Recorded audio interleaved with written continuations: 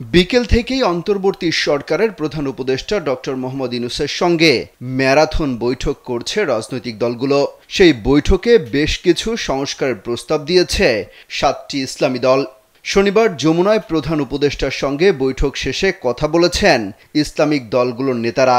বাংলাদেশ খেলাফতে মজলিসের মহাসচিব মাওলানা মামুনুল হক তার প্রস্তাবের কথা জানিয়েছেন।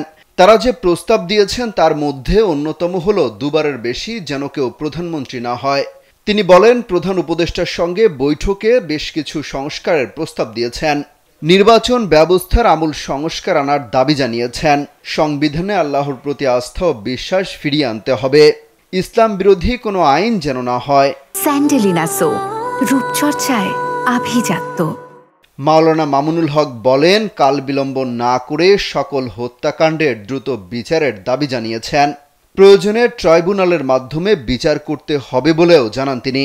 হেফাজত নেতাকর্মীদের বিরুদ্ধে সব মামলা ১ মাসের মধ্যে প্রত্যাহার করার দাবিও জানিয়েছেন। এছাড়া প্রয়োজনীয় সংস্কার করে অযথা কাল বিলম্ব না করে যেন নির্বাচন দেওয়া হয় সেই দাবিও জানানো হয়েছে। বৈঠকে অংশ নেন খেলাফত মজলিস, বাংলাদেশ খেলাফত মজলিস, হেফাজতে ইসলামী, জমিয়তে উলামায়ে ইসলামী, খেলাফতে আন্দোলন এবং নেজামি ইসলামের নেতারা।